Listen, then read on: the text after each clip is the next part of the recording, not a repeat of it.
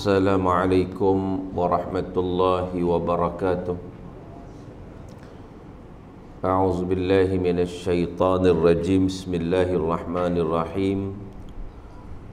Alhamdulillahi rabbil alamin wal 'aqibatu lil muttaqin wala 'udwana illa 'alal zalimin. Asyhadu an la ilaha illallah wahdahu la syarika lah wa ashhadu anna Muhammadan abduhu wa rasuluh addal amanah wa ballaghar risalah wa nasahal ummah wa jahada fillahi haqqa jihadih wa tarakana 'alal mahajjatil bayda lailuha kanahariha la yazighu anha illa halik wa nusalli wa nusallim 'alan nabiyil amin wa ala alihi wa sahbihi ajma'in. Subhanaka la ilma lana illa ma 'allamtana innaka antal alimul hakim. Rabbi shrah li sadri wa yassir li amri wahlul 'uqdatam min lisani yafqahu qawli, amma ba'd. Fa ya ibadallah, usikum wa iyaya bittaqwallah faqad fazal muttaqun. Terima kasih kepada Ustaz Sabri, Tuan Imam Ahli Jawatan Kuasa Masjid Al-Muttaqin, dan seterusnya tuan-tuan dan puan-puan muslimin dan muslimat yang dirahmati Allah Subhanahu wa taala sekalian. Alhamdulillah, pertama sekali sama-sama kita panjatkan kesyukuran kita kepada Allah Subhanahu wa taala kerana pada pagi yang berbahagia ini kita dapat bersama-sama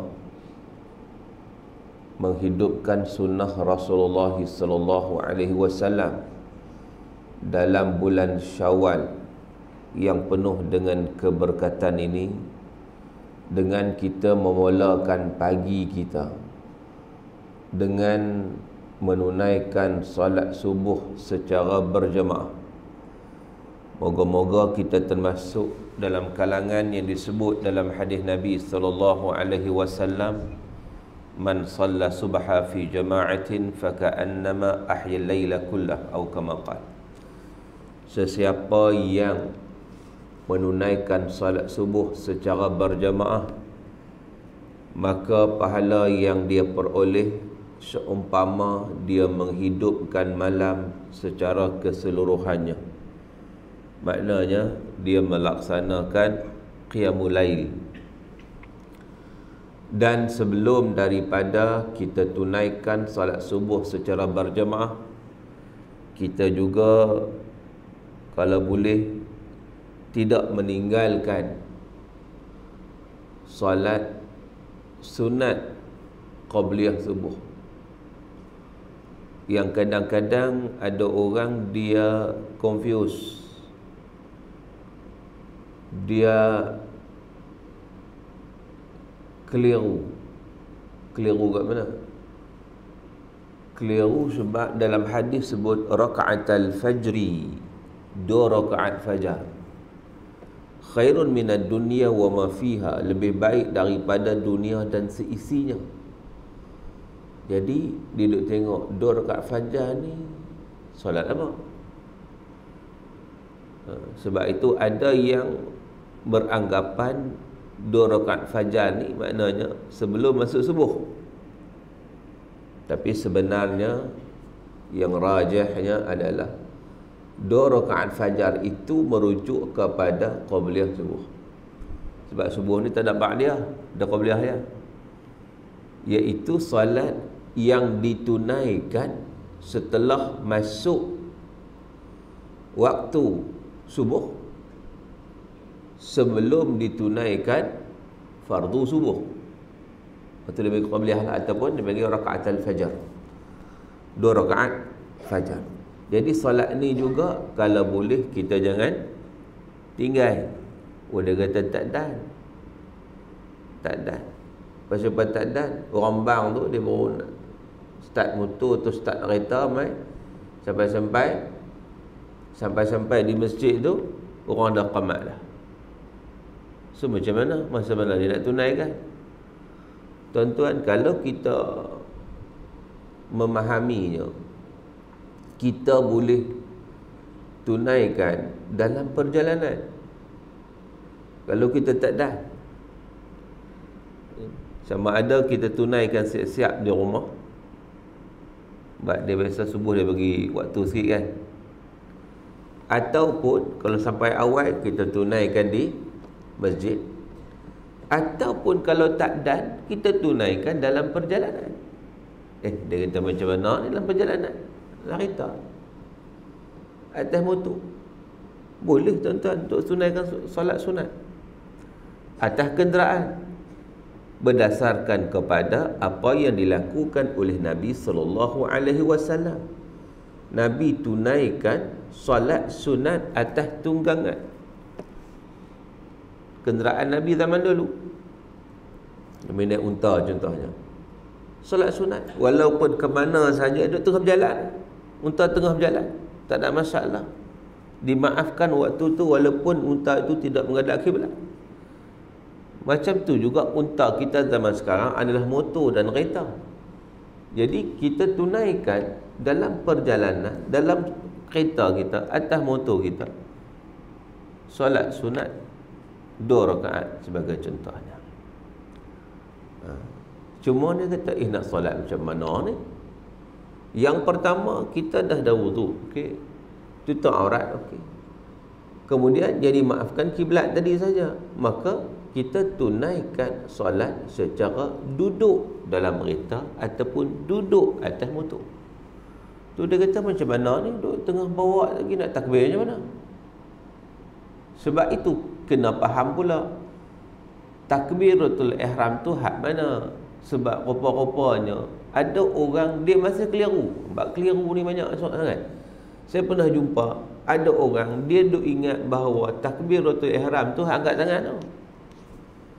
Hak angkat tangan tu kan, angkat tangan tu sunat saja. Takbiratul ihram itu adalah sebutan. Dia termasuklah rukun qauli. Takbiratul ihram ni rukun qauli ke rukun fi'li? Rukun qauli. Apa makna qauli fi'li ni, makna apa? Qauli ni maknanya perkataan, fi'li ni maknanya perbuatan. Kalau orang dok angkat tangan tu rukun, maknanya fi'li. Sedangkan angkat tangan itu bukan. Angkat tangan tu sunat saja. Sunat pada waktu bila? Pada 4 tempat. Sunat ni maknanya buat dapat pahala, tak buat tak dapat apalah, tak menjejaskan apa-apa pun. Sunat tu pada 4 tempat berdasarkan kepada hadis Nabi SAW. 4 tempat tu waktu bila? Yang pertama ketika takbiratul ihram. Takbiratul ihram kita angkat tangan, Allah Akbar. Yang kedua, kita angkat tangan waktu bila? Semasa kita nak rokok, angkat tangan sunat, Allah Akbar. Yang ketiga waktu bila? Waktu kita i'tidal, sami Allahu liman hamidah tu kita angkat tangan. Yang keempat waktu bila? Yang keempat waktu kita bangun daripada tahiyat awal. Subuh tak ada lah, subuh terus tahiyat akhir kan. Jadi masa bangkit tahiyat awal tu nak naik rakaat ketiga tu, sekali lagi sunat angkat tangan. Itu maknanya sunat. So hak wajib mana hak rukun qauli ni? Takbiratul ihram tu sebutan tu Allahu Akbar, itu yang wajib. Jadi maknanya ketika kita naik motor, kita bawa kereta, kita sebut je lah Allahu Akbar. Ingatlah hati kita solat sunat 2 rakaat. Tak payah angkat tangan. Kalau angkat tangan, qalu inna lillahi wa inna ilaihi raji'un. Betul apa? Dia masuk dalam parit tu kan? Jadi maknanya dia sebut saja, kemudian dia baca Fatihah. Dia nak rokok sikit dulu,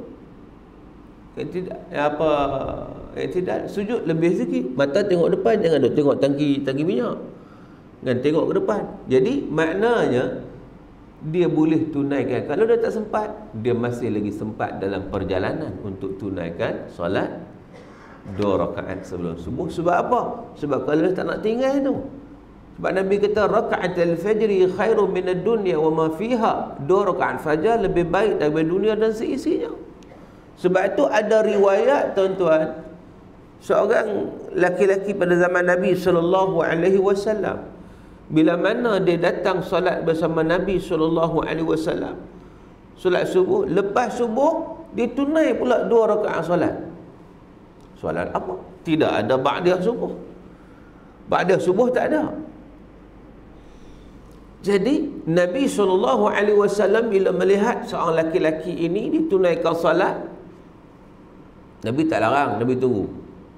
Lepas dia habis solat, Nabi pun bertanya kepada dia. Nabi kata, as-salata subhi marratain? Apakah solat subuh 2 kali? Yang solat subuh 2 kali ya? Sebab apa? Sebab lepas subuh tak ada sembahyang, tak ada solat. Solat sunat tak ada, sembahyang apa? Maka dia kata apa? Dia kata, tidak ya Rasulullah, bukan solat subuh 2 kali. Aku tadi tak dan nak solat qabliyah subuh lambat. Kawan tak nak tinggal, tuan-tuan. Bila tinggal rasanya mana? Kita kalau kita tak tinggal satu, bila kita tinggal rasanya mana? Macam hari tu lah tarawih. Tak ada lah tarawih. Hari tu tarawih kan special bulan Ramadan. Kita tak tinggal, betul tak? Tiap-tiap malam kita akan buat kan. Kita akan buat kat mana pun. Sebab apa? Special. Tiba-tiba hari tu tertinggal, tertidur, letih sangat buat majlis iftar. Balik-balik tu tak kepala, lena jaga sampai subuh. Kita rasa macam mana bila tertinggal ni? Kan? Rasa macam meralat, rasa macam mengkelan kan? Rasa macam tak puas hati. Macam tu kawan ni. Lalu dia buat apa, tuan-tuan? Dia bagi tahu Nabi, dia qada qabliyah subuh. Dia qada. Kita dengar cerita duk qada yang fardu je. Tak, dia qada solat sunat. Sebab solat sunat tu dia duk jaga, dia tak nak tinggal. Jadi bila tinggal, dia rasa, kita sebut tadi, rasa ralat, dia rasa macam orang kata tak puas lah kan. Maka dia qada. Nabi SAW tidak melarangnya. Nabi diam. Bila diam itu merujuk kepada sunnah taqririyah. Sunnah taqririyah. Maknanya, sebab sunnah ni ada sunnah qauliyah, ada sunnah fi'liyah, ada sunnah taqririyah. Sunnah qauliyah hak Nabi bercakap, sunnah fi'liyah hak Nabi buat, sunnah taqririyah hak Nabi setuju. Nabi tak larang, makna Nabi setuju. Itu sunnah taqliyah. Maka dengan sebab itu dalam mazhab Syafi'i, sebagaimana disebut oleh Al-Imam Nawawi rahimahullah, Imam Nawawi kata, mana-mana solat sunat yang ada waktu khusus. Solat sunat ni dia ada waktu khusus, ada yang tak ada waktu. Ada solat sunat tak ada waktu khusus. Contoh solat sunat yang tak ada waktu khusus, solat apa? Contoh solat apa? Apa ni, lena ke apa ni? Solat apa yang tak ada waktu khusus? Solat hajat, okey, tak ada waktu khusus kan? Lagi tahiyatul masjid, tak ada waktu khusus. Masuk masjid solat ya, dia tak ada waktu. Mana-mana solat sunat yang tak ada waktu khusus ni tidak ada qada. Tak ada. Tetapi mana-mana solat sunat yang ada waktu khusus, macam qabliyah subuh ada waktu khusus tak? Ada. Tarawih ada waktu khusus tak? Tarawih ada waktu khusus tak? Ada. Waktu dia bila? Tarawih bila? Lepas isyak. Lepas solat isyak ke lepas masuk waktu isyak? Mana satu? Lepas solat isyak.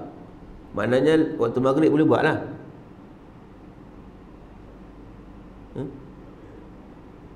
Tak boleh. Saya tanya tadi, solat tarawih hari tu Ramadan lah, tak ada lah. Dia lepas waktu isyak ke, lepas masuk waktu isyak ke, atau lepas solat isyak? Lepas solat. Okey. Mana kalau lepas solat isyak, waktu maghrib boleh buat lah.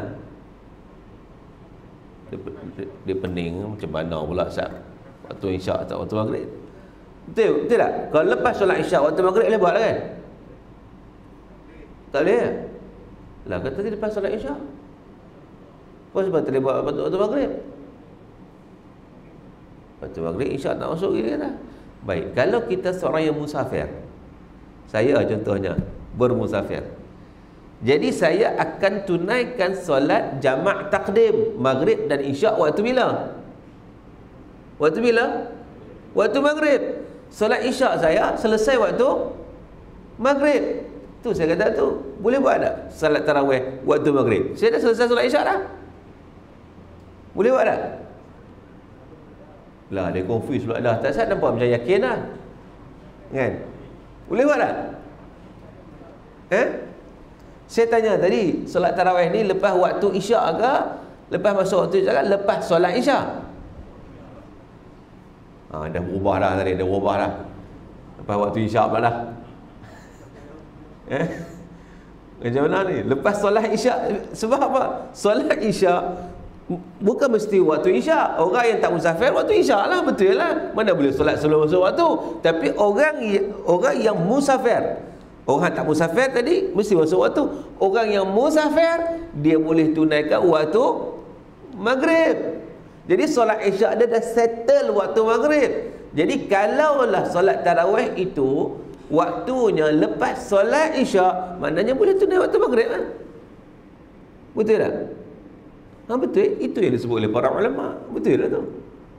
Boleh buat waktu maghrib bagi golongan musafir saja, asalkan dia settle solat isyak. Begitu juga solat witir. Sama kan? Waktu dia sampai bila? Waktu sampai subuh lah. Sebelum subuh kan?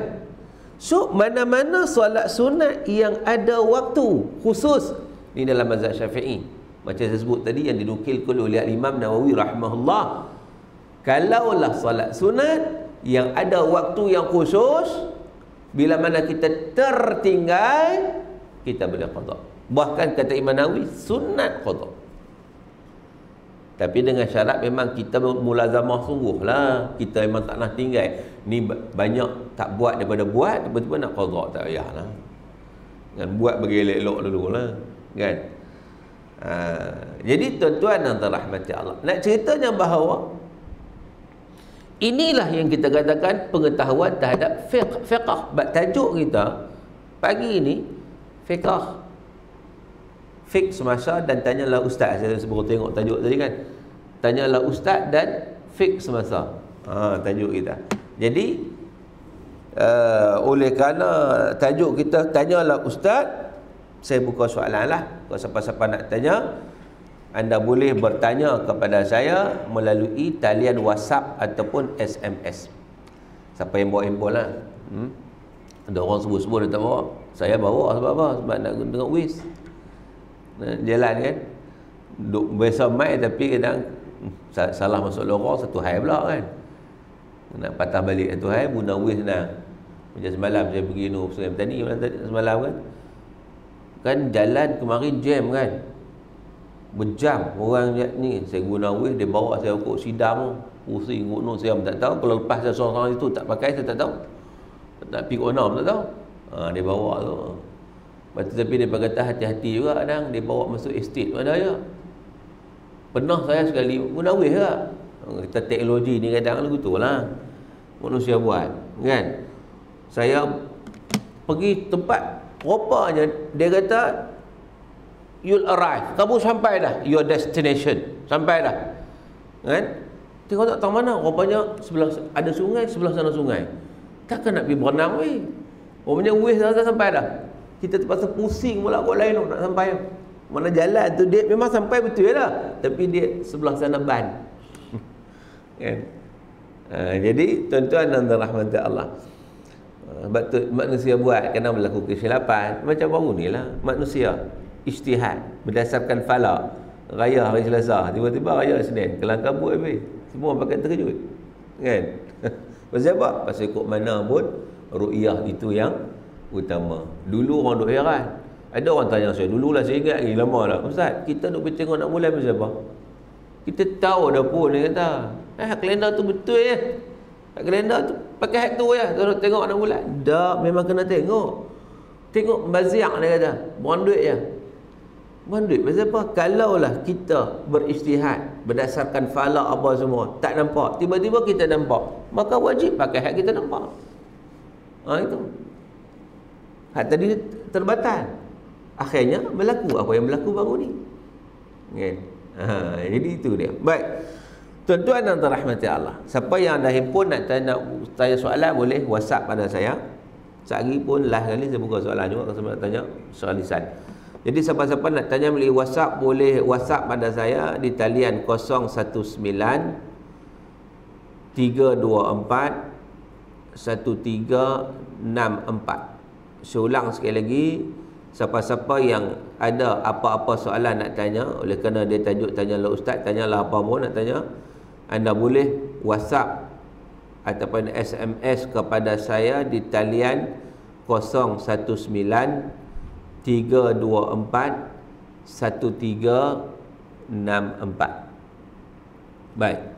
Jadi saya umumkan talian dibuka sekarang. So tuan-tuan dah boleh hantar soalan. Nanti saya akan cuba respon. Dan sambil-sambil itu kita juga nak bincang tentang fiqh semasa. Al-fiqhul mu'asir. Fiqh ni apa? Fiqh. Kena fahamlah, nak mengaji fiqh lama dah.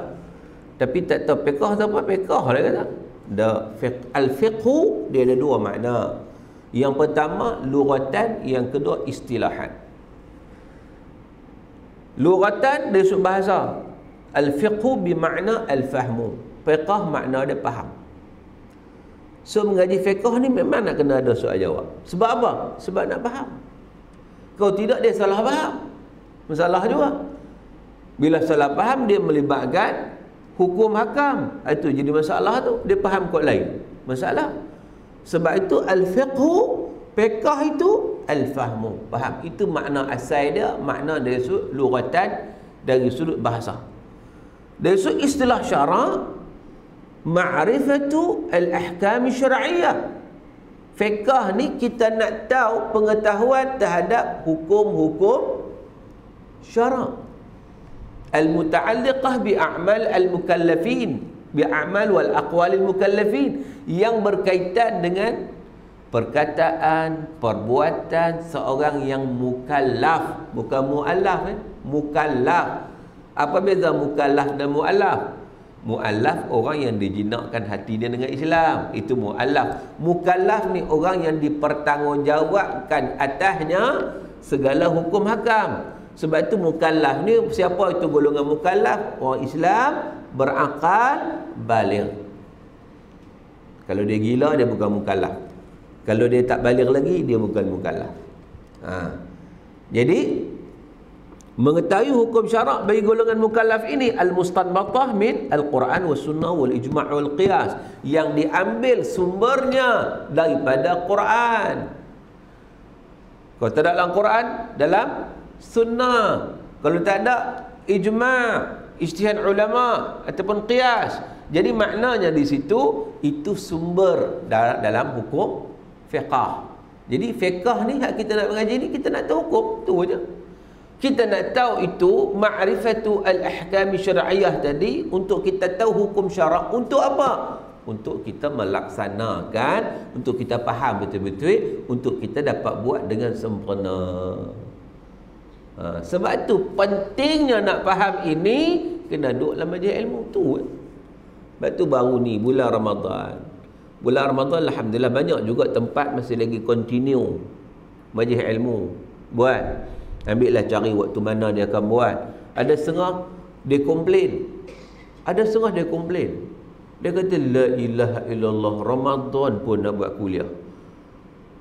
Ramadan ni fokuslah pada benda lain. Tarawih contoh, fokus tarawih dah. Sebab apa? Tarawih tak ada bulan lain melainkan bulan Ramadan saja. Kuliah 11 bulan tu ada. Fokuslah 11 bulan yang akan datang. Kan? Pasal apa duk kalut juga nak buat kuliah juga pada bulan Ramadan. Tarawih tak apalah, sebab tarawih bulan lain tak ada. Orang tanya saya persoalan itu. Saya kata, iyalah betul lah, kita boleh fokus kuliah ni 11 bulan lain boleh fokus dalam masalah. Tapi 11 bulan tu hang tak main. Hang main bulan Ramadan je. Ramai yang tak ada. Jadi akhirnya ilmu tetap tak sampai. Akhirnya dia beramal dalam keadaan dia tak ada ilmu. Betul jadi kelang kabut. Lepas tu kadang-kadang ramai orang yang dia buat amalan tetapi caca merbau. Dia buat amalan yang dia tak tahu bahawa amalan dia itu bercanggah dengan hukum syarak. Contoh hak semasa, hak semasa. Contoh, kita sudah menghampiri lepas raya puasa, kita nak pergi raya haji lah, kan? So Syawal ni masuk bulan haji lah. Lah ni bulan Syawal ni habis lah. Kalau umrah pun dia akan stop lepas ni. Dia akan bagi ruang untuk haji. Khusus haji pun dah. Penerbangan awal bila? Berapa bulan? Penerbangan kita. Sebab tahun ni berapa belas ribu, separuh daripada bilangan biasa 14 ribu kan, dia akan pergi haji. Dan mereka panggil saya untuk buat ceramah perdana haji di belah Banting tu, minggu depan tu. Untuk nak meraihkan jemaah haji ni. Baik. Haji bagi orang nak pergi haji. Orang tak pergi haji dia buat apa? Dia buat korban. Korban. Baik. Tuan-tuan, bab korban ni kena berdasarkan fiqh juga. Fiqhul udhiyah. Memahami macam mana pelaksanaan ibadah korban. Lah tiap-tiap tahun nak buat tangan tak faham. Tak faham tuan-tuan. Hak tak mengaji tetap tak faham. Ikut suka dia. Terutama zaman sekarang ni cukup rancak orang buat korban. Sebab apa? Sebab dia nampak dengan buat korban itu dapat side income. Salah ke tak? Orang nak ngurus korban ni salah tak? Tak salah, tapi kena ikut fiqh. Kena faham hukum syarak itu. Salahnya kalau hang buat hang tak faham. Itu salah. Sebab apa? Sebab akan menyebabkan berlakunya gharar. Berlakunya gharar, berlakunya sesuatu yang tidak menepati yang ditetapkan dalam hukum syarak. Contoh macam mana? Baik. Kebanyakan kita hari ni kalau buat korban, kita guna kaedah apa? Wakil kan? Betul tak?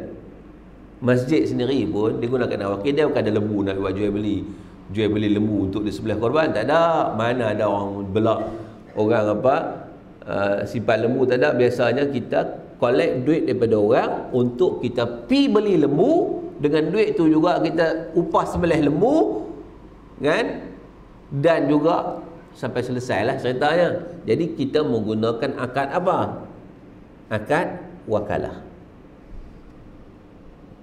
Akad wakalah. Sama juga dengan wakaf Quran. Quran ada. Tuan-tuan, saya nak minta tuan-tuan kita hari tu banjir bah itu banyak surau yang tenggelam. Quran ni tak ada habis.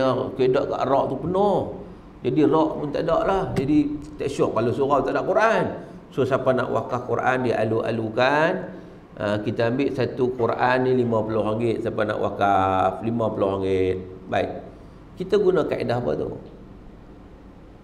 Kita minta dia RM50 untuk kita sebagai wakil, kita akan pi beli Quran, kita akan letak.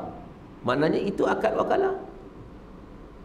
Kecuali kalau Quran duduk depan kita ada. Okey ni tuan-tuan, Quran ni ada 50 Quran ni, ada 15 naskah ni. Kita nak wakaf ni, wakaf. Saya bagi peluang lah siapa-siapa nak wakaf, ni satu RM50. Siapa nak beli? Ambil ya. Tuan-tuan nak wakaf sendiri boleh, saya nak wakaf, nak tolong wakaf boleh. Itu tak apa. Pasal apa? Itu jual beli. Dia beli. Itulah, bukan beli Quran tu, beli naskah tu. Beli naskah dengan RM50. Itu clear. Tapi sekarang ni, hadut berlaku, saya tak ada lagi 50 naskah, tak ada. Duduk kedai tu. Saya collect duit, tuan-tuan, lagi saya pergi beli. Okey. Saya collect RM50. Tiba-tiba saya pergi beli RM30. So balance RM20. RM20 duit siapa? Duit siapa? Duit siapa? Duit saya kan? Dah. Duit orang hak bagi tu kan? So saya kena bagi balik lah. Saya kena bagi balik. Bukan duit saya. Kalau gitu Naya, kita usaha apa, kita takkan salih langsung. Di sini ada isu dia. Boleh kalau kamu nak ambil, bukan tak boleh, tapi kena declare, kena bagi tahu upah yang saya ambil adalah Berapa persen contohnya? RM20. Baru boleh. Sama juga orang mengikuti derma, tuan-tuan, kadang-kadang ya Allah, makan harta secara batil atas nama kutipan derma. Contoh, Masjid Muttaqin dia nak buat satu ma'had tahfiz muttaqin. Kan? Saya pun nak pergi kutip Tuan-tuan, siapa yang nak derma ma'had tahfiz muttaqin, siapa nak bagi? Orang pakai bagi 100, 200, saya dapat collect 3,000. Kan? Saya wakil je. 3,000 tu saya kena bagi semua kepada ma'had tahfiz tersebut. Bolehlah ambil persen keuntungan daripada derma tadi? Tak boleh. Tapi hidup berlakunya, dia ambil 30%, dia ambil 40%. Ambil ni di atas dasar apa? Di atas dasar haram. Oh, kalau gitu tak boleh ambil? Tak boleh. Kau nak ambil boleh tak? Boleh. Dengan syarat kamu kena declare. Declare macam mana? Tuan-tuan, saya buat kutipan untuk ma'had tahfiz Muttaqin. Jadi saya ambillah sikit upah 30% daripada derma tuan-tuan. Dia declare siap-siap. So orang tahu dia bagi 100, 70 ya sampai 30 bagi pada tukang kutip ni. Tak apa. Benda tu clear. Kan? Benda tu jelas. Baru boleh ambil. Tapi biasanya orang declare tak declare. Kalau aku declare, siapa nak bagi? Orang tak bagi. Hang tahu pun. Jadi kalau hang takut nak declare, takut orang tak bagi. Maknanya hang ambil secara apa? Secara mencuri. Nampak tak? Benda ni berlaku tak? Berlaku tak? Kadang-kadang ada orang dia tak tahu kata benda ni tak boleh. Itu kata tak faham fiqh tu. Ya? Dia tak faham. Tak boleh ke? Dia tak tahu. Sebenarnya memang tak boleh. Sama saya sebut tadi tentang korban tadi, bagi kita dekat korban ni.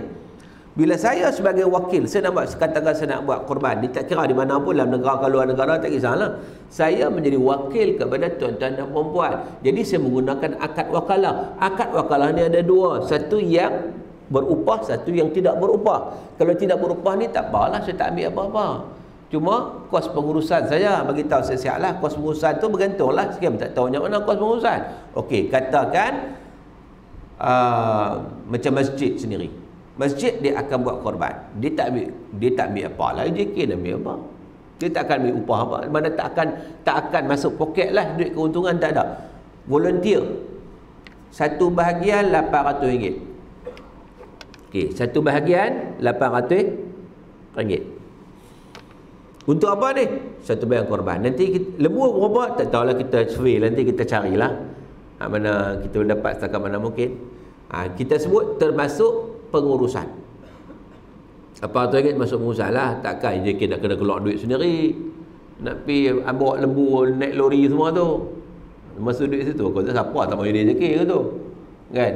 Dia volunteer, tenaga dia, usaha dia. Okey lah, dapat pahala kat situ insyaAllah. RM800. 8 kali 7 apa? Seekor lembu 7 bahagian kan? Berapa? RM5,600. Sekarang ni berapa satu bahagian sini? Sini berapa satu bahagian? Tak keluar iklan lagi. Nak lagi tahun lepas apa tahun lepas? Lupa dah. 700. 600 setengah. 800. Bolehlah 800 ya. Contoh ni contoh aja. RM800. Seekor lembu 8 ke 7 RM5,600. Baik. Dengan duit tu kita nak pergi cari lembu, baru nak pergi cari. Carilah hukum mana murah kan. Pergi ke bla bla mana naik sampai ke Perlis cari lembu. Kan? Jumpalah tiba-tiba dekat Perlis tu kita jumpa member kita. Member kita ni dia meniaga lembu. Oh, kita kata bagus ya, bolehlah sembang-sembang sikit. Sebab kali ni nak ambil lembu yang besar. Okey, tak apa. Sembang. Dapatlah lembu tu dengan harga RM4,700. Biasa dengan duk beli tu RM5,300, RM5,400, RM5,500 tu besar tu biasanya. Kita member punya pasal, member lama dia kata apalah, member aku Aku ambil untung sikit je lah, tak apa. Ambil lah, ambil 48 lah. Atau 4,700. 4,800. Contohnya, 4,800 lah. Okay. Kita dapat 4,800. Kos dia, kos pengurusan, nak angkut lembu lah, apa semua, kos sekali semua. Katakan 100. Ini contohnya, 4,900. Sampai lembu tu disembelih apa semua, kita distribute, dah bagi, dah lagi korban apa semua, kita kalkulate balik, rupanya kita untuk seekor lembu ni, kita buat 10 ekor, untuk seekor lembu ni kita belanja 4,900. Kita collect berapa? 5,600. So balance nya berapa? 700. 700 duit apa? 700 duit apa? Duit peserta korban, bukan duit kita. Ini akad wakalah yang tak ada upah. Sebab kita ambil upah apa? Kita ambil upah, kita hanya settlekan, tolong settlekan. Kita wakil untuk melaksanakan pengurusan korban A to Z. Selesai, sampai bagi daging, selesai lah. Saya bagi daging itu mana? Settle lah. Tengok ada balance lagi. Sebab kebetulan kita dah beli murah tadi kan. So, dapat balance lagi. Balance berapa? Balance 700. 700 duit siapa? Duit peserta korban. Mana kena bagi balik seorang 100 je. Mana ada kita collect daripada 800, kita guna 700 je. 100 tu bagi balik kat dia. Dia kata, ustaz nak bagi balik payah pula. Pasal payah? Yalah, kadang nak cari pula, dah lah ramai ni kan. 7 orang dah dengan 10 ekor, 70 orang. Tak, kadang-kadang tak kenal pun. Tengok nama, nombor telefon tak angkat. Dia macam lah. Baik. Kalau macam tu kita buat macam mana? Dalam akad tu kita clearkan siap-siap. Jangan ada benda yang tak jelas. Ada kita fiqah. Fiqah nak jelas. Jelas macam mana? Dalam akad kita kena bagi tahu siap-siap. Sekiranya ada lebihan, kalau kita tak pasti, kita sebut gitulah. Sekiranya ada lebihan, duit itu, lebihan itu akan diinfakkan pada Masjid Muttaqin contohnya. Clear. Lebih berapa? 700 masuk tabung. Lebih berapa? 500 masuk tabung. Lebih berapa? RM5 masuk tabung. Pasal apa? Pasal infak ni tak kisah berapa. Kalau ada lebih, masuk je lah. Clear? Baru clear. Itu satu kaedah bagi mereka yang tak ambil upah. Kaedah kedua, yang ambil upah. Syarikat yang buat korban ambil upah. Ambil ya? Nama pun syarikat Senayan Berhad lagi. Takkan tak ambil upah. Dia nak run macam mana? Mesti ambil upah punya. Salah tak ambil upah? Tak salah. Sebab wakalah tadi dia ada wakalah bi ujrah, wakalah dengan upah. Boleh. Yang salahnya ialah apa? Ini banyak berlaku. Sebab tak faham fiqah. Yang salahnya dia ambil upah tetapi dia tak declare berapa banyak upah yang dia ambil. Ini adalah salah. Haram. Nak ambil upah boleh, tetapi kena bagi tahu berapa banyak upah yang diambil. Macam saya sebut tadi, kita menawarkan satu bahagian RM300. Pihak syarikat mengambil upah sebanyak 30%. Kena clear. Kena clear. Satu bahagian RM700. So upah kan dalam bentuk amount kan, cuma 700 itu 100 ke ataupun sebut 30% ke 40%, dia kena sebut. Jadi kalaulah dia sebut, benda tu akan jelas. Contoh, satu bahagian RM700. So 7 kali 7 apa? 49. Syarikat ambil upah 300. Syarikat kan, individu kan, NGO, tak kisahlah siapa pun yang ambil upah, dia kena abang. Katakan ni contoh aja 30%. Kalau 30 berapa? 30 satu bahagian 700, kalau 30% 210. Betul? Kali 7 berapa? Berapa? Oh, nak kira matematik pula Lambat juga kan. Ni contoh ya, contoh. Kalau dia ambil 30% daripada 4,900 lain sekor lembu kan. Uh,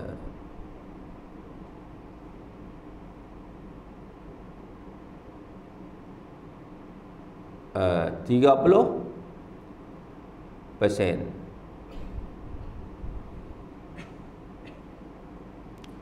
1,470 tolak dengan 49. Maknanya balance 3,430. Sekor lembu tu 4,900. Dia ambil 30%. Maknanya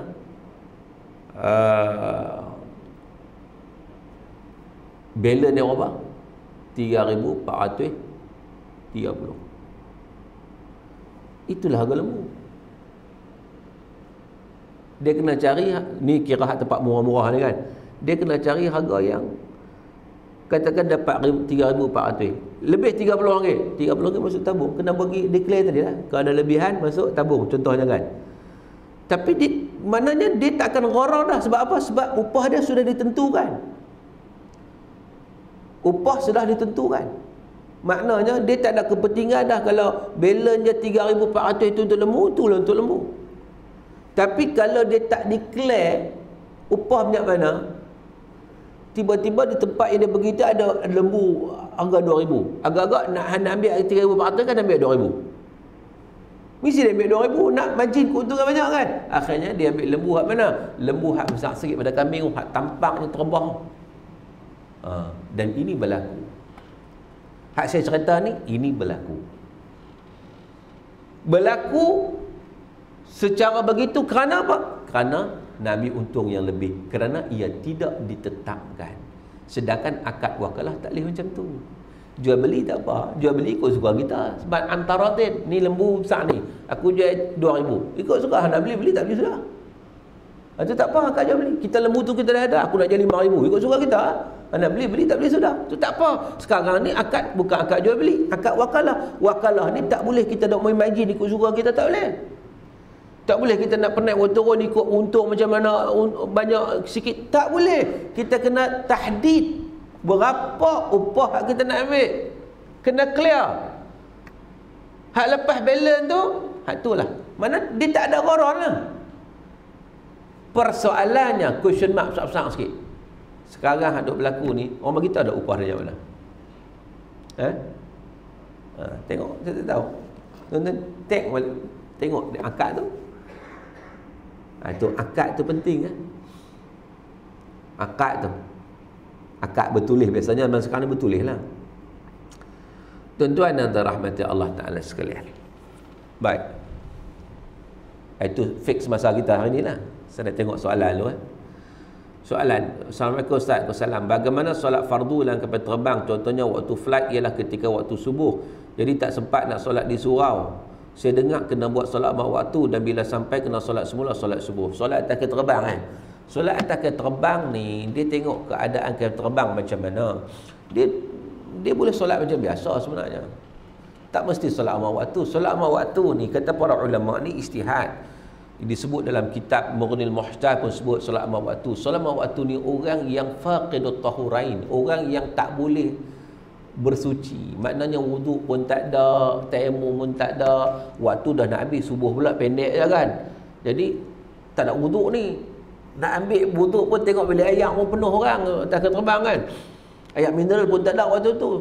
Jadi kelang kabut waktu pula ke terbang pula cepat. Waktu pula dia lari ni subuh. Mayang juga solat lah macam mana pun. Solat juga subuh itu dia panggil solat hama waktu, balik nanti qada. Tetapi kalau kita prepare daripada awal tak ada masalah. Walaupun atas kapal terbang pun kita ambil wuduk siap-siap. Wuduk tak ambil dalam tu pun tak apa ni. Ambil yang mineral. Minta ke dia. Minta yang mineral. Kan? Dia bagi tak? Dia bagi kan? Takkan dia tak bagi.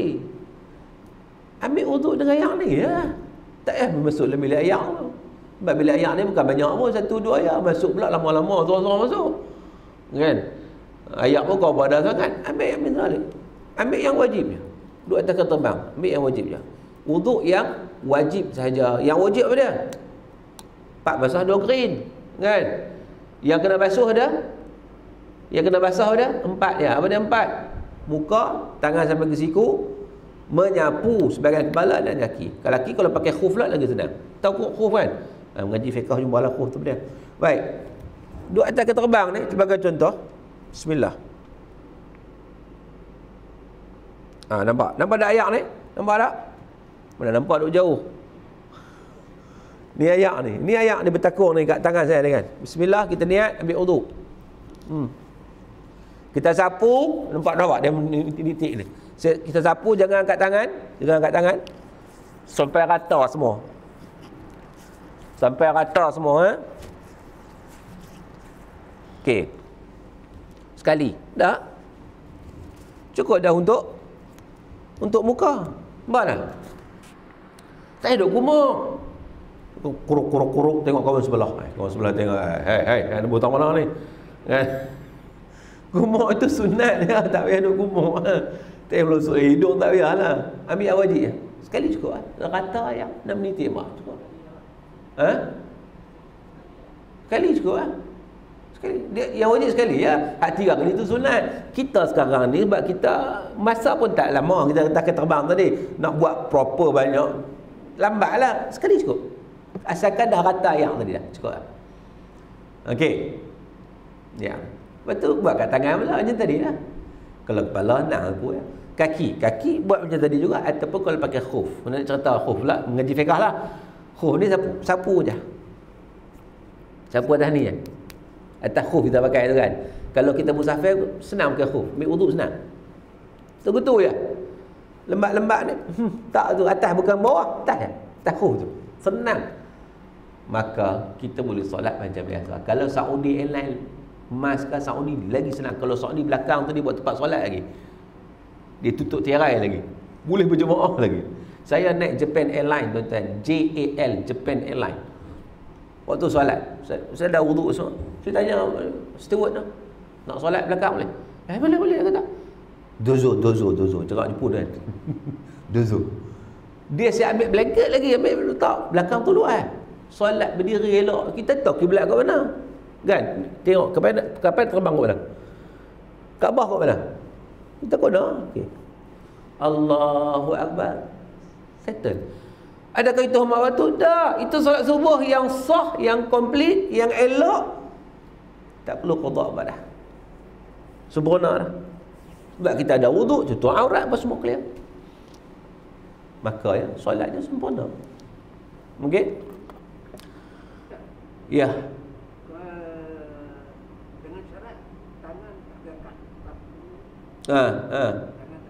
Sebab kita nak bagi rata. Kalau angkat lagi tak boleh jadi mustakmal. Kan? Nak angkat boleh bila perhabis tu angkat lah. Jangan tak angkat melekat lagi. Dia perhabis dulu. Assalamualaikum Ustaz. Waalaikumsalam. Apakah perbuatan yang menyebabkan amalan korban menjadi nazar? Dan apakah hukum dengan korban yang dah jadi nazar? Bolehkah tuan yang buat korban tu makan daging tersebut? Baik. Korban nazar ni apa menyebabkan nazar? Bila dia bernazar. Bila dia bernazar, dia ni kena COVID. Bila kena COVID dia pun dia niat dia nazar, ya Allah, kalau tolonglah sembuhkan penyakit COVID aku ni ya Allah. Takut ke kena COVID ni? Dengar cerita macam-macam takut. Ya Allah, sembuhkan penyakit COVID. Kalau aku sembuh, aku nak buat korban tahun ni seekor unta. Tu dia. Menazak dia tak ambil sikit-sikit je, seekor unta. Okey. Contoh sembuh. Bila sembuh dia dah bernazar. Bila bernazar, korban, hukum asal korban ni dalam mazhab Syafi'i sunat yang dituntut. Dalam mazhab Hanafi wajib bagi mereka yang mampu. Mazhab Hanafi wajib tuan. Bagi yang mampu wajib.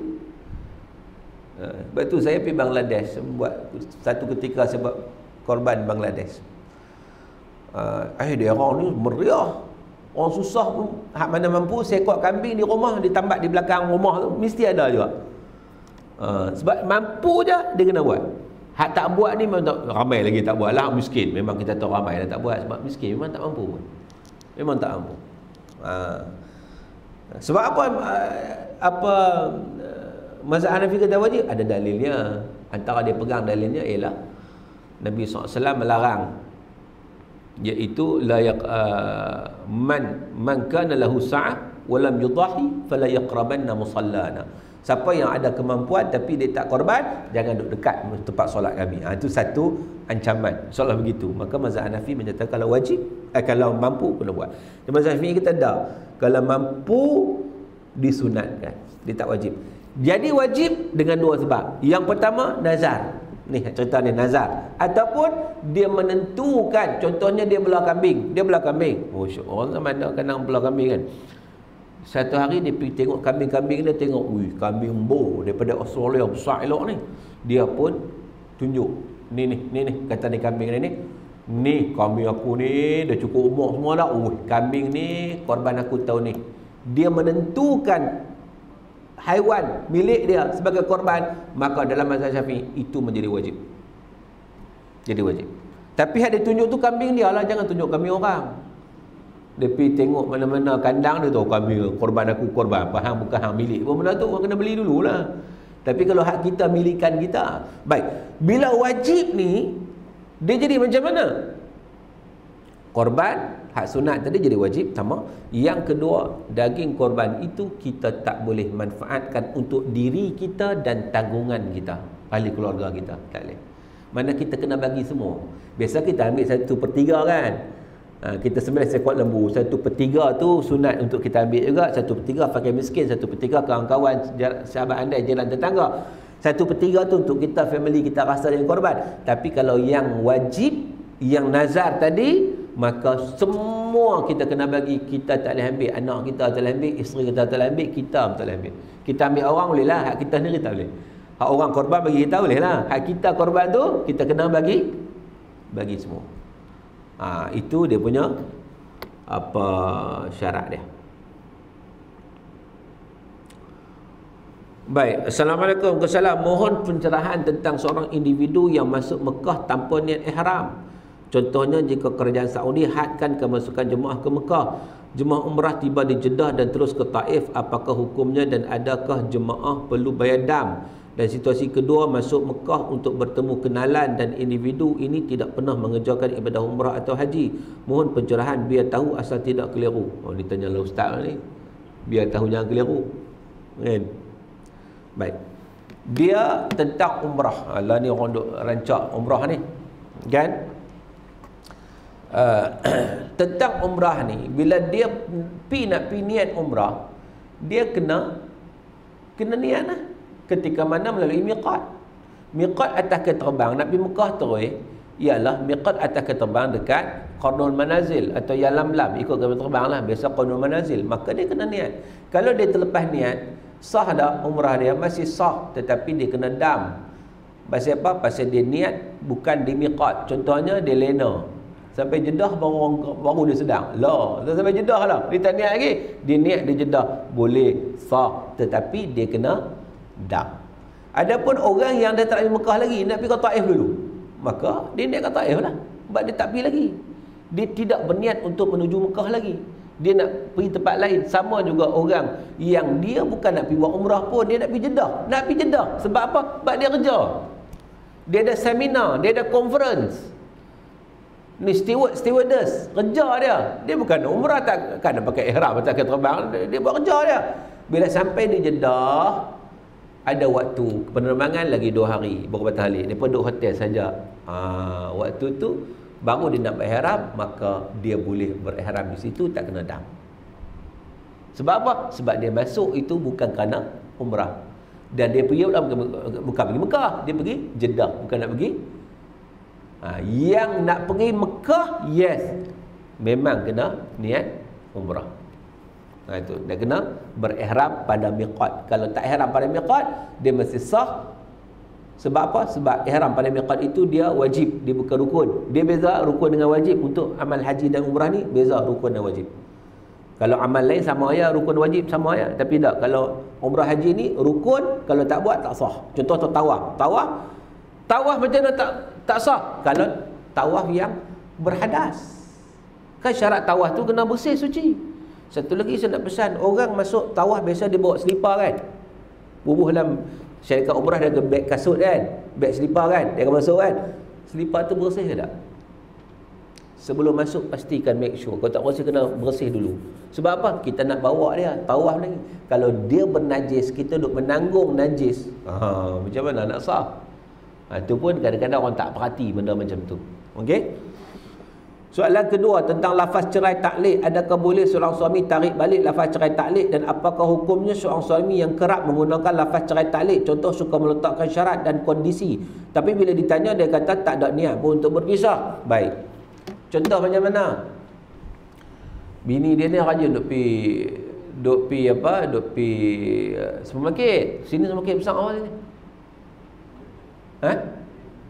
Giant. Tesco mana ada? Lotus lah tukar. Okey. Bini dia rajin dia pergi Lotus. Dia pun hang pi Lotus jatuh satu talak. Taklid. Lepas tu bila barang tak ada, dia kata, hang beli barang sikit lah, aku malas nak pergi. Lah kan abang tak bagi pergi tadi? Alah, aku tak niat talak pun, saja nak gempak hang je. Pergi Tuan-tuan, cerai taklid ni dia bukan main-main. Dia sudah gazet dah. Bila dia kata kalau hang pilota jatuh talak, dia tak boleh tarik balik. Aku main-main ni no. Kalau pi semua jatuh talak. Itu. Betul? Tak boleh pi. Dia tak boleh pi. Tak boleh pi. Sebab itu orang suka letak syarat, kalau hang keluar rumah jatuh talak. Lepas tu aku tarik balik aku main-main aku nak gempak. Tak boleh. Keluar terus jatuh. Sebab talak ni dia bukan jenis main-main. Dia bukan jenis main-main. Bila dia buat taklid sesuatu, maka taklid itu sudah terpakai. Dia tidak boleh tarik balik terhadap taklid tersebut. Lepas tu jangan kita duk pandai-pandai duk buat taklid. Ada orang disebut dalam tafsir Munir oleh Wahbah Zuhaili. Dia bawa satu cerita. Ketika mana mengupas surah At-Tin. Kalau kita tengok tafsir surah At-Tin, kita buka kitab tafsir Al-Munir oleh Dr. Wahbah Zuhaili, dia cerita satu cerita yang berlaku zaman Abbasiyah. Dia ni, laki-laki ni, dia ada bini comel. Bini dia cantik. Satu hari dia geram dengan hang, pasal hang comel sangat. Marah pula comel, marah je. Dia kata aku cerai hang talak 3 kalau hang tak lebih comel daripada bulan. Tu dia. Pelik punya taklid. Dia taklid bini dia kata aku ceraikan kamu talak 3 sekiranya kamu tak lebih cantik daripada bulan. Lepas tu dia menyesal. Ya, silap ni. Pasal apa? Pasal bulan cantik tak? Bulan cantik tak tuan? Kan dia suka ada bahasanya, engkau laksana bulan tu kira, cantiklah engkau laksana bulan kan. Mana cantik bulan tu. So macam mana? Ditanya para alim ulama pada zaman tu. Mereka pun tak pernah jawab. Melainkan mereka bagi pandangan, hampa kena separate dulu lah. Kena duduk asing dulu. Tak wani. Sebab apa? Nak bukti macam mana yang kata bulan tu cantik? Sebab taklid itu sudah berlaku. Nak tarik balik tak boleh. Cuma nak tahu bini dia dengan bulan mana lebih cantik. Itu yang masalahnya. Sebab bulan kan. Tapi secara bahasanya bulan memang cantik. Sebab tu para ulama zaman tu dia suruh separate.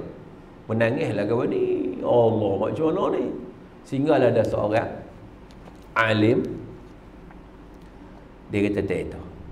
Sebab tak itu berdasarkan ayat dalam surah At-Tin, laqad khalaqnal insana fi ahsani taqwim. Allah Ta'ala kata kami jadikan manusia ni sebaik-baik, secantik-cantik kejadian. Maknanya manusia paling baik, manusia paling cantik. Lawan apa-apa manusia paling cantik. Lawan bulan manusia paling cantik. Jadi oleh kerana itu, betul lah bini hang memang lebih cantik pada bulan.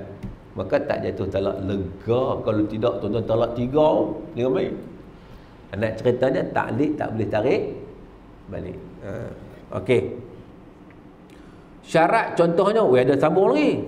Jika engkau pi jumpa kekasih gelapku, ada kasih gelap dah. Maka jatuh talak 1. Lepas itu hubungan gelap tu putus. Kemudian satu hari isteri terjumpa kasih gelap itu, adakah jatuh talak ketika itu? Ikut taklid dia. Dia kata kalau hang pi cari, kalau dia tak cari tak apa. Ataupun kalau hang jumpa dia, kalau jumpa ni cari tak cari jumpa. Kalau dia jumpa je tu, ikut istilah yang digunakan itu. Jumpa ke cari. Kalau dia hang pi cari, dia tak cari terserempak. Aku tak cari, itu tak itu. Pasal apa? Pasal aku tak cari dia. Hang syarat itu hang pi cari. Aku tak cari. Tapi kalau hang jumpa saja, hang jumpa saja tu. Jumpa je tu. Kan?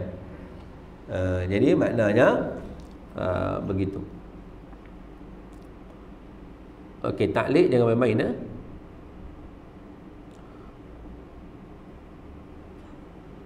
Assalamualaikum Ustaz. Assalamualaikum. Minta pencerahan solat dalam kereta api, keadaan kereta api yang bergoyang-goyang. Tuan-tuan tahu tak kereta api ni ada surau? Tuan-tuan tahu tak? Tahu tak dalam kereta api ada surau? Pernah naik kereta api tak? Satu gerabak tu dia tempat makan pun ada, gerabak makan, tempat surau pun ada. Siapa dah naik? Memang ada. Ni yang goyang-goyang, biarlah dia goyang, tak ada masalah. Yang tak bolehnya kita saja duk goyang. Pok ye itu tak boleh lah. Sekarang ni kita solat, dia hak goyang, kita goyang sekali, itu tak apa. Tak ada masalah. Dia tak masuk kita pergerakan 3 kali berturut tu, tak masuk, tak masuk. Hak tu kita saja nak pergi buat. Ni dia yang goyang. So tak ada isu, boleh solat macam biasa atas kereta api. Baik.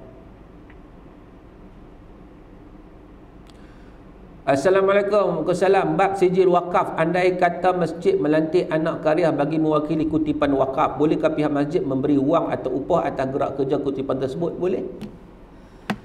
Boleh. Itu satu kaedah lagi. Kaedah masjid melantik ada seorang, okey, hang tuang kutip.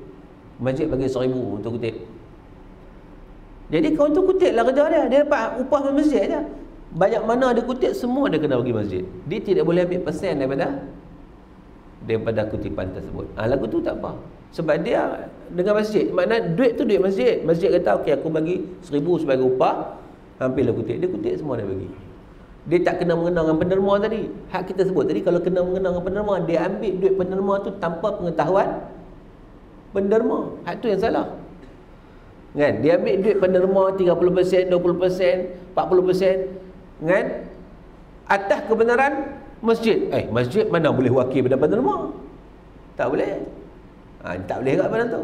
Jadi itu yang salah. Tapi kalau lah masjid sendiri melantik, bagi 1,000, tolong kutip, tak ada masalah. Biar kutip. Yang mana tak apa. Okey. Assalamualaikum Ustaz. Waalaikumsalam. Pandangan Wahabi tentang banyak perkara bid'ah yang mereka katakan sesat walau bid'ah hasanah, adakah itu pandangan majoriti ulama atau pandangan minoriti ulama dunia sekarang? Dia benda bid'ah ni apa dia? Bid'ah yang sesat ni apa dia? Yang bercanggah dengan hukum syarak. Yang perkara khilafiyah hak Nabi tak buat itu bukan bid'ah. Ataupun yang disebut sebagai bid'ah hasanah, yang baik, yang tak bercanggah hukum syarak. Jadi benda itu termasuk benda khilafiyah. Jadi tak perlu diperbesar-besarkan. Akhirnya kalaulah orang yang saling menyalahkan orang dalam benda-benda yang tidak qat'i, dia adalah menyebabkan timbulnya sifat melampau, sifat ghulu. Contoh, talqin. Banyak berlaku benda khilafiyah, talqin. Talqin ni benda khilafiyah di kalangan ulama sebab dia berdasarkan pada hadis dhaif. Talqin ni. Jadi kalau kamu tak setuju, tak ada masalah. Kamu tak mau buat pun tak ada masalah. Benda tu tak apa. Tapi jangan membid'ahkan orang buat. Sebab apa? Sebab benda tu tak bercanggah hukum syarak pun. Tak bercanggah pun. Tak kata benda tu haram, tak ada. Sebab apa? Sebab benda tu sabit dalam hadis, cuma hadis dhaif. Jadi benda-benda macam ni kadang-kadang bagi saya kadang buang masa je duk bergaduh benda-benda macam ni. Banyak lagi isu-isu besar yang ada di depan kita yang patut kita tangani. Ni umat Islam hak tak semayang pun ramai lagi. Kenapa tak tengok ni? Hak semayang dah, Fatihah tak betul. Tuan-tuan, baru ni ada 1,000 pelajar lebih. Pelajar dibuat survey, 1,000 lebih pelajar test Fatihah saja. Pelajar universiti, bukan pelajar sekolah, pelajar universiti. 1,000 lebih pelajar, bila buat test 6% sahaja yang lulus surah Fatihah. Lagi 94% tak lulus. So macam mana ni? Hal ni tak ambil tangan ni, duk dia kira benda-benda kecil-kecil, benda-benda khilafiyah ni. Tapi bila nak selesai? Kan? Sebab tu kita kata kita kena melapang dada lah benda-benda khilaf ni. Dan ra'i je lah. Dia tak nak baca talqin, kita jangan kutuk dia pula. Apa dia ni memang dia ni bapak Wahabi, talqin pun tak nak baca. Salah kita juga dia pergi buat apa kata. Dia tak nak baca tak apa, dia jangan salahkan kawan ni, kau ni jangan salah kawan tu. Okey tak? Kan? Berlepang nada. Ni kau ni salah kawan tu salah kawan ni. Akhirnya sedangkan salah menyalah dalam perkara yang tak sepatutnya. Okey, kita nak lebih kepada kasih sayang, lebih kepada mempertautkan ukhuwah. Kita tengok banyak lagi masalah yang perlu kita tangani, masalah yang fundamental yang berlaku dalam masyarakat kita. Baik, tuan-tuan dan dirahmati Allah Taala sekalian.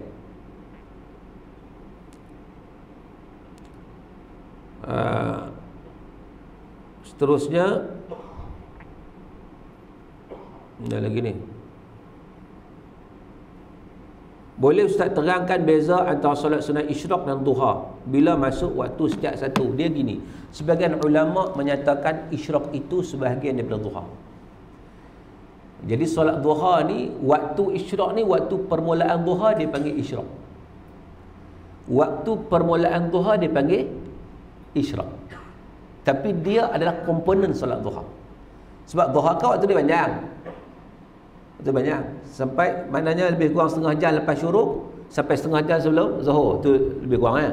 Jadi hak awal itu dia panggil isyraq. Hak awal. Hak tengah-tengah ni duha lah. Itu satu pandangan. Pandangan kedua menyatakan isyraq lah, duha lah. Dua solat yang berbeza. Okey, walaupun pandangan yang kedua macam tu, dia tetap meletakkan waktu yang sama. Waktu dia lebih kurang setengah jam lepas naik matahari. Ataupun pandangan yang paling sikit saya jumpa 15 minit selepas naik matahari. Pasal apa berlaku beza pandangan 15 minit, 20 minit, setengah jam? Pasal apa? Sebenarnya dia berdasarkan hadis yang menyatakan satu tombak. Kita tak boleh solat melainkan lepas subuh hingga matahari naik segala satu tombak, ataupun diterjemahkan sebagai satu galah. Satu galah tu berapa minit? Hak ni mendatangkan perbezaan pandangan. Sebab dia satu galah tu kira macam mana? Itu lebih kurang lah. Lebih kurang. Itu ada kata 15 minit, ada 20 minit. Kalau Malaysia ni dia kira 28 minit. Kalau Haikim tersebut 28 minit kan. Itu lebih kurang. Jadi waktu permulaan duha itulah waktu dia.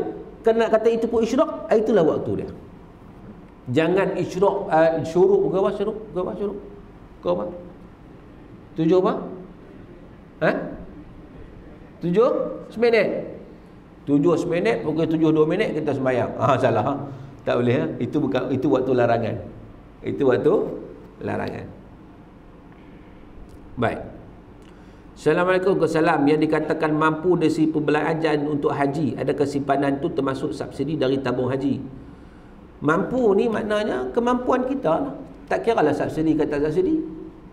Kalau tak dapat subsidi pun dah kita mampu, kita kena pergi. Dia termasuk mampu juga kalau kita dapat kuota, kalau tak dapat namanya lah. Kan?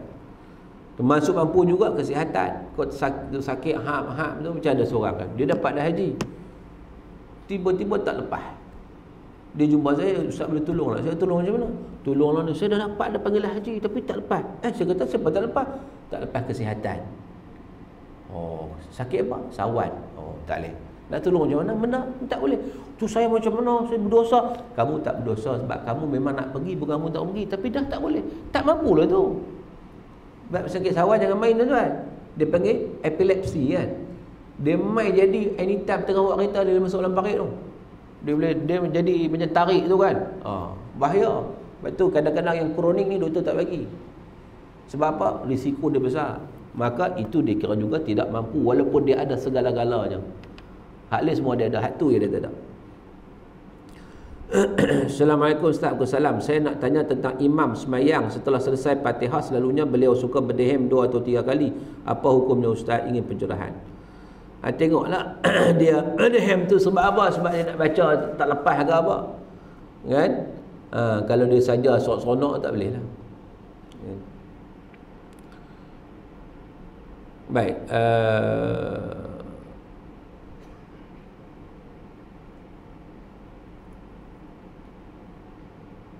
Habis dah tengok ada lagi ni. Habis dah. Soalan dekat sini, dekat WhatsApp saya ni, tengok SMS. SMS dah lagi. Assalamualaikum. Ada ustaz yang kata pakai kopiah bukan sunnah. Kalau gitu ada pahala tak ustaz? Ada kata pakai kopiah kerana nak bezakan dengan bukan Islam. Apa pandangan Islam? Nabi SAW pakai tak? Ada riwayat Nabi pakai. Sorban lagi. Ketika mana pakai, sehingga akan dibincangkan dalam kitab Syama'il bagaimana warna sorban Nabi. Nabi masuk Fathu Makkah ni wa alaihi imamatus sauda. Jadi maknanya apa hak Nabi buat sunnah? Sesuatu yang letak ke atas kepala itu adalah sunnah. Jadi kita buat dalam bentuk kopiah, buat macam-macam itu. Letakkan sesuatu macam Nabi SAW buat, maka itu adalah sunnah. Apa tadi kalau kita nak ikut Nabi SAW. Tapi tak nak pakai pun tak apa, tak ada masalah. Bukan aurat pun, kan? Bukan aurat pun. So tak ada isu pun. Pakai pun tak apa, tak pakai pun tak apa. Ustaz, bolehkah kita qada solat sunat subuh kerana tertinggal? Memang kena qada. Bukan setakat boleh ke, memang kena qada. Nabi kata falyusalliha idza dzakaraha, bila teringat tertinggal kena. Katakan kita tertidur, cuma kita antara dosa dengan tak dosa. Kalau kita dah jaga pukul 6 suku, jaga tak payah 5 minit lagi kita lena. Tidur pula 8 suku baru bangkit. Kita berdosa dan kita wajib qada. Dua, berdosa, wajib bertaubat, wajib qada. Tapi kalau kita tak jaga langsung, memang tak jaga, tidur elok lah macam biasa, jaga-jaga 8 suku, memang penat satu macam ya, maka kita tak berdosa, kita hanya perlu qada saja. Qada tetap kena qada, tapi tak berdosa lah sebab kita tak sengaja. Tapi hak tadi ni kita berdosa dan wajib bertaubat dan wajib qada. Sebab apa? Kita dah jaga dah 6 suku tapi saja nak sambung tidur lagi 5 minit lagi. Setan kata 5 minit lagi, 5 minit lagi, bukan 5 minit, 50 minit lah, kan? Dia meluk bisik tinggal kita salah. Awal lagi tak pejam balik, pejam terus. Kan? Assalamualaikum Ustaz. Bagaimana untuk mengurus dana masjid yang terbaik? Bagaimana pula dana masjid yang tidak diaudit oleh pengaudit? Dana masjid yang terbaik ni ialah kita kena guna duit tersebut bukan untuk simpan duit tu. Ada setengah masjid dia suka simpan duit, tengok 500,000, 700,000, 900,000.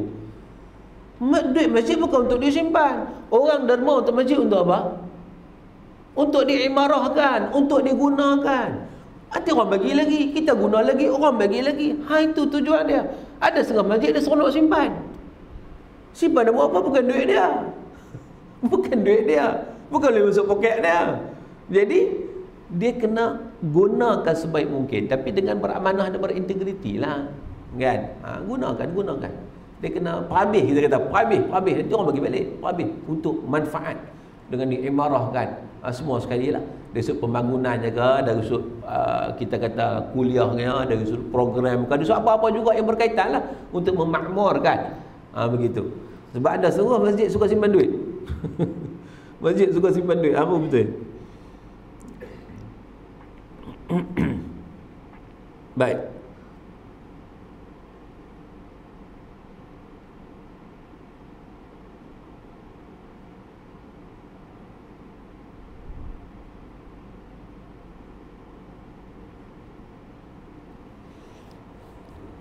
Dah, habis dah, tak ada.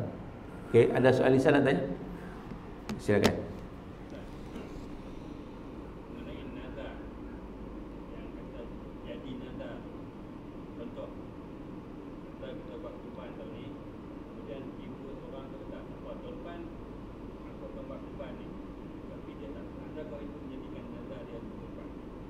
Tak ada sebut yang dia nak buat tu keinginan, itu bukan nazar.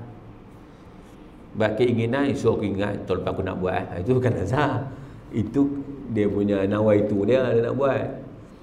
Nazar ni dia sebut aku bernazar ataupun kalau aku dapat gini-gini aku akan buat gini-gini. Itu nazar lah, kan? Ni kalau kita esok tahun ni aku ingat nak buat korban tahun depan, itu tak apa, itu kan nazar. Itu willing dia, keinginan dia. Ya, lain soalan? Lagi? Soalan kita buka sampai pukul 9 pagi. Ada soalan? Tak ada. Okey, kita putus sekadar itu, tuan-tuan. Aku lewat ni. Jadi moga-moga insya-Allah sikit sebanyak yang kita bincang pada pagi ini isu-isu yang berkaitan.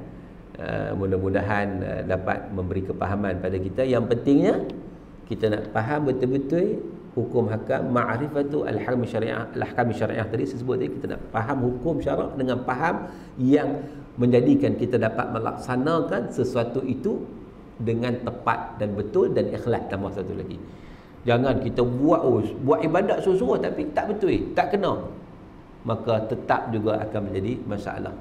Bahkan kita takut lagi, bukan setakat tak kena, menyeleweng daripada hukum syarak, lagilah berat kat situ.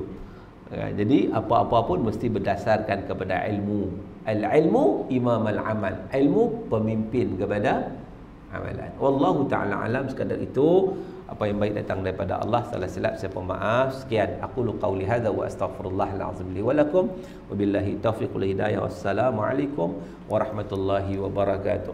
A'udzu billahi minasyaitonir rajim. Bismillahirrahmanirrahim. Alhamdulillahirabbil alamin.